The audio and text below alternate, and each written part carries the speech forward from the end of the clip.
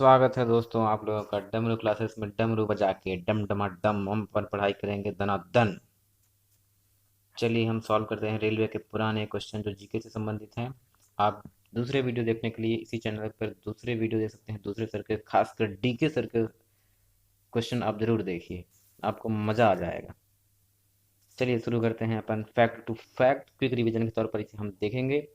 पहला फैक्ट, जैसे कि आप देख पा रहे होंगे, इंडिका नामक पुस्तिका पूछी गई है। इसे आपको बताना है यह किसने लिखी है। तो इसका आंसर होगा मेगास्थनीज। मेगास्थनीज चंद्रगुप्त मौर्य के दरबार में आया था।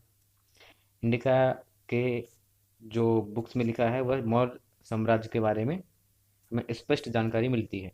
अगला फैक्ट आप देख रहे होंगे कि बृहदेश्वर मंदिर जो तमिलनाडु में है, किसने बनवाया था। तो इसको आपको याद रखना है, राजा राज चोला। राजा राज चोला। शेरशाह का मकबरा कहाँ स्थित है। शेरशाह का मकबरा स्थित है सासाराम में। सासाराम है बिहार में। अगला फैक्ट आप देख पा रहे होंगे, महात्मा गांधी ने पहली बार सत्याग्रह कहाँ स्टार्ट करा था। तो इसका उत्तर होगा चंपारण। यह भी बिहार में है। और शेरशाह का मकबरा जो है सासाराम में, दोनों ही बिहार में है। महात्मा गांधी ने अपना जो पहला सत्याग्रह था वह 1917 में किया था। 1917 में प्रारंभ किया था। यह इनका पहला सत्याग्रह था। अगला फैक्ट आप देख पा रहे होंगे, भारतीय संसद किससे बनी होती है। तो भारतीय संसद को बनाने में 3 अंगों का खासकर योगदान है। आप एक ट्रायंगल याद रख सकते हैं। इस ट्रायंगल में आप रखिएगा सकते हैं यहाँ पे लोकसभा, यहाँ पे रखिए राज्यसभा और यहाँ पे रखिए प्रेसिडेंट मतलब राष्ट्रपति। तो संसद जो बनती है लोकसभा, राज्यसभा और राष्ट्रपति को मिला के बनती है। यहाँ क्या होता है कि लोकसभा में सबसे पहले बिल प्रस्तुत किया जाता है, या राज्यसभा में भी प्रस्तुत कर सकते हैं, जहाँ पे कोई भी बिल दोनों सदनों में प्रस्तुत किया जा सकता है। लेकिन अगर वह बिल धन विधेयक है तो वह केवल और केवल लोकसभा में प्रस्तुत किया जाएगा। इस तरह आप देख सकते हैं कि बिल एक सभा से दूसरी सभा में जाएगा, उसके बाद पास होने के बाद वह राष्ट्रपति के पास जाता है साइन के लिए। राष्ट्रपति जैसे ही साइन करता है और एक गजट में छापते हैं, उसके बाद यह बिल एक्ट बन जाता है, अधिनियम बन जाता है। अगला फैक्ट आप देख पा रहे होंगे, लोहे की सतह में जो जंग लगता है उससे सुरक्षा करने के लिए हम क्या करते हैं। तो उससे करने के लिए हम गैल्वेनाइजिंग की प्रक्रिया अपनाते हैं। अगला फैक्ट आप देख पा रहे हैं, ब्लड कैंसर पूछा गया है। तो ब्लड कैंसर को क्या कहा जाता है, ल्यूकेमिया। ल्यूकेमिया नाम आप याद रखेंगे, ब्लड कैंसर से रिलेटेड है। अगला फैक्ट आप देख पा रहे होंगे, हिंदी को पूछा गया है किस अनुच्छेद में है। तो हिंदी है अनुच्छेद 343, 343, आर्टिकल 343। भारत की आधिकारिक भाषा घोषित करता है। आधिकारिक भाषा का मतलब है कि यह भारत की राजभाषा के रूप में घोषित करता है, इसलिए इसे बोला गया आधिकारिक भाषा, राजभाषा। राजभाषा के बारे में जिक्र है, आप याद रखिएगा यह राजभाषा है, न कि राष्ट्रभाषा। 343 जो अनुच्छेद दिया गया है भारतीय संविधान का हिंदी के लिए, वह राजभाषा के रूप में है। अगला फैक्ट आप भाषाओं से संबंधित है, जो यह पूछा गया संविधान का कौन सा भाग है जिसमें भारतीय भाषाओं को स्थान दिया गया है। यह है 8वीं सूची। 8वीं सूची में 22 भाषाओं का जिक्र किया गया है। अगला फैक्ट आप देख पा रहे होंगे, जे थॉमसन ने किसका खोज किया था। तो यह आप लोगों को बचपन से पढ़ाया जाता है, तो यह आपको याद ही होगा, इलेक्ट्रॉन की खोज किसने की, जे थॉमसन ने। सोने का रासायनिक संकेत क्या है। सोने का रासायनिक संकेत एयू है। गोल्ड, गोल्ड को एयू से दर्शाते हैं। आप याद रखिए कि जी नहीं है, एयू। एयू से आप रखिए, याद रखिएगा। अगला फैक्ट आप देखिए इसको, आरबीसी जो है वह कहाँ उत्पन्न होती है मानव शरीर में। तो वह उत्पन्न होती है अस्थि मज्जा में। अगला फैक्ट देखिए, अशोक के शासनकाल में तीसरी बौद्ध सभा का आयोजन किया गया था। अशोक के शासनकाल में, अशोक के शासनकाल में तीसरी हुआ था। और जो दूसरा हुआ था इसके पहले वाला, तो वह हुआ था कालाशोक के शासनकाल में, कालाशोक। और इसके बाद वाला, अशोक के बाद वाला जो हुआ था वह कनिष्क के शासनकाल में हुआ था, कनिष्क। तो आप कनिष्क याद रखिएगा। चौथी बौद्ध सभा हुई थी। बौद्ध की सभाएं सिर्फ 4 ही हुई थी, आपको इन्हें याद रख लेना है, चारों को। अगला फैक्ट देखा गया है कि बैंकिंग सेक्टर का पूछा गया है चीफ या हेड। तो बैंकिंग सेक्टर का भारत में हेड क्या है, रिजर्व बैंक ऑफ इंडिया। अगला फैक्ट आप देख पा रहे हैं, कनिष्क का पूछा गया है। तो यह पूछा जा रहा है कि चरक जो है किसके दरबारी थे या चिकित्सक थे। तो यह उत्तर होगा कनिष्क। तो इसको मैं एक ट्रिक बता रहा हूँ, आप उसको वैसे ही ध्यान दीजिएगा। जैसे यहाँ पे लिखा है चरक, चरक के लास्ट में का आता है और कनिष्क के शुरू में का आता है। तो चरक का संबंध कनिष्क से है। जो कनिष्क के दरबारी चिकित्सक थे वह चरक थे। और दूसरा फैक्ट आप यहाँ पे फिर से याद रखिए, कनिष्क किस वंश से संबंधित है। तो कनिष्क संबंधित है कुषाण वंश से। का से याद रखिएगा, का से कनिष्क और का से कुषाण वंश, और का लास्ट में आता है चरक के, तो चरक इनसे संबंधित है। अगला फैक्ट आप देख पा रहे हैं, सीधा पॉलिटी से रिलेटेड है। इसमें यह पूछा गया है कि मतदान की न्यूनतम आयु 18 ईयर्स। पहले ये 18 ईयर्स नहीं थी, पहले यह 21 ईयर्स थी। बाद में 61वां संविधान संशोधन हुआ 1989। कब हुआ यह संशोधन? 1989 में 61वां संविधान संशोधन, वर्ष था 1989, तो वहाँ पे 21 वर्ष से 18 वर्ष कर दी गई आयु। अगला फैक्ट आप देख पा रहे होंगे, चाय उत्पादक राज्य, सर्वाधिक चाय उत्पादक राज्य बताना है आपको भारत में, वह है असम। मध्य प्रदेश का सबसे बड़ा शहर कौन सा है? इंदौर। खंभालिदा बौद्ध गुफाएं जो हैं वह कहाँ पाई जाती हैं? तो वह गुजरात के राजकोट जिले में पाई जाती है। अंडमान निकोबार द्वीप समूह की राजधानी क्या है? Port Blair. कनिष्क का संबंध किस राजवंश से था? जैसे मैंने आपको बताया ट्रिक के द्वारा। का से आप याद रखिए क्या? कुषाण वंश। दोनों में काका आ रहे हैं, इसलिए कनिष्क कुषाण वंश। अगला फैक्ट आप देख रहे होंगे, भारतीय उष्णकटिबंधीय मौसम विज्ञान संस्थान कहाँ है? वह है पुणे में। सालबाई की संधि के अंतर्गत पेशवा ने अंग्रेजों द्वारा प्रस्तावित सहायक मैत्री को स्वीकारा था। यहाँ पे आप याद रखना है सालबाई की संधि। सालबाई की संधि पेशवाओं और अंग्रेजों के बीच हुआ था, जिसमें पेशवाओं ने सहायक संधि को स्वीकार किया था।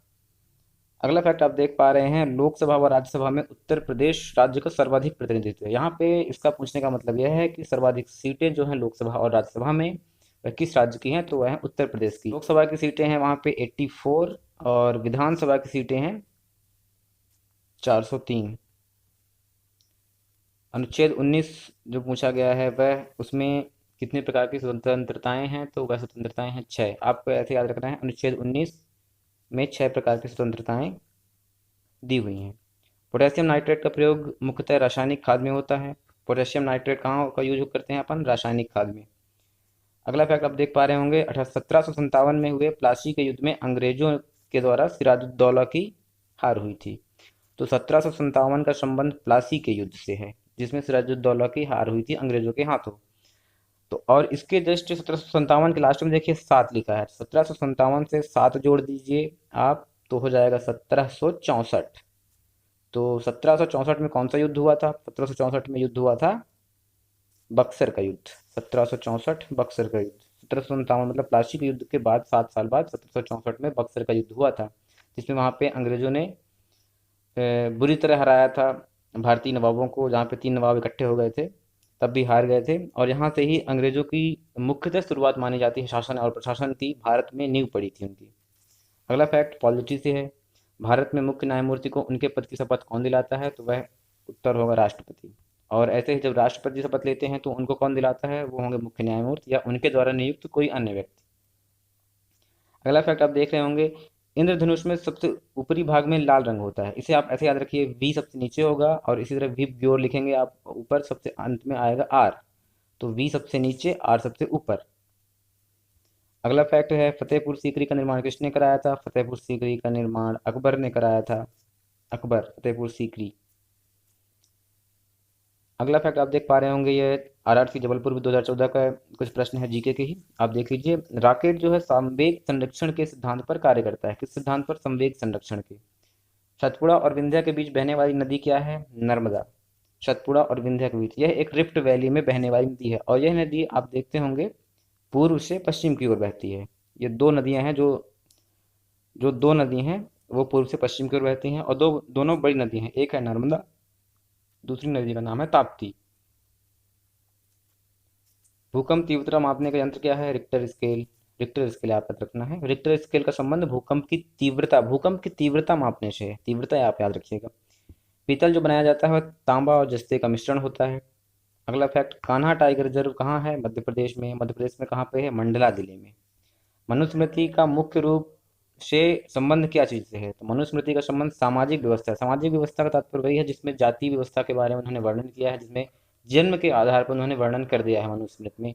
जबकि वैदिक काल में ये होता जन्म के आधार पर ना होकर कर्म आधारित वर्ण का विभाजन किया गया था, लेकिन मनुस्मृति में ऐसा किया गया कि ये सामाजिक जो विभाजन है वो जन्म आधारित बता दिया गया। पूर्ण स्वराज का जो प्रस्ताव था भारतीय राष्ट्रीय कांग्रेस ने लाहौर के वार्षिक अधिवेशन में पारित किया था। और लाहौर का वार्षिक अधिवेशन जिसमें यह पूर्ण स्वराज का प्रस्ताव पारित किया गया था वह हुआ था 1929 में। आप ये डेट याद रखिएगा, 1929। फिर अगला फैक्ट देख रहे हैं, इकोनॉमी से संबंधित है, जिसमें पूछा गया है कि पूंजीवादी जो अर्थव्यवस्था है वह कैसे चलती है। जो पूंजीवादी अर्थव्यवस्था है उसमें क्या होता है, जैसे कीमतों का जो निर्धारण किया जाता है, वस्तुओं जो होती हैं, वस्तु या सेवाएं जो बिकती हैं, तो पूंजीवादी अर्थव्यवस्था है ही ऐसी जिसमें मांग और आपूर्ति पर निर्भर होता है, डिमांड एंड सप्लाई पर।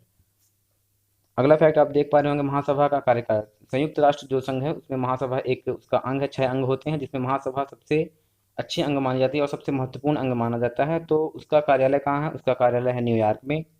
विश्व रेड क्रॉस दिवस 8 मई को मनाया जाता है। विश्व रेड क्रॉस दिवस कब मनाया जाता है, 8 मई को। आधुनिक आवर्त सारणी में वर्गों की कुल संख्या कितनी है, 18 है। रंगास्वामी कप जो खेल है वह संबंधित किससे है, तो उसका संबंध है हॉकी से। चिराव बांस चिराव जो होता है यह एक नृत्य है, ये बम्बू पर आधारित, मतलब बांस पर आधारित नृत्य होता है। यह नृत्य संबंधित है मिजोरम राज्य से। नरेगा पूछा गया है, नरेगा का फुल फॉर्म बताना है आपको। तो नरेगा जैसे कि national rural employment guarantee act, यह 2005 में एक्ट बन के आया था और 2006 से लागू कर दिया गया था। 2005 में यह एक्ट आ गया था और 2006 से यह योजना लागू हो गई, और 2009 में इसका नाम मनरेगा MG नरेगा कर दिया गया। महात्मा गांधी इसके नाम के आगे जोड़ दिया गया। अगला और अंतिम फैक्ट आप देख पा रहे होंगे, जिस जिस दर पर आरबीआई बैंकों से ऋण लेता है, यहाँ पे उल्टा हो रहा है। आरबीआई बैंकों से ऋण, बैंकों को ऋण, सॉरी, जिस दर से बैंक आरबीआई को ऋण देता है, जैसा कि मैं बोल रहा हूँ आरबीआई इसमें बैंकों से ऋण ले रहा है, तो ये रिवर्स हो गया। जैसे आरबीआई के लिए रिवर्स हो गया, तो इसे आप याद रखिएगा, रिवर्स रेपो रेट। आमतौर पर क्या होता है, आरबीआई जो है वह बैंकों को ऋण देता है, पर यहाँ पे उल्टा कर रहा है, वह ऋण ले रहा है, इसलिए यह रिवर्स कहलाएगा। आपके इसकी पीडीएफ चाहिए होंगे तो आप टेलीग्राम चैनल पे आ जाइएगा, डब्ल्यू क्लासेस के नाम से ही है। बाकी और वीडियो आप देख लीजिए। जल्द ही हम आप लोगों को लिए रीजनिंग और मैथ्स की भी वीडियो प्रोवाइड करवा देंगे। Thank you.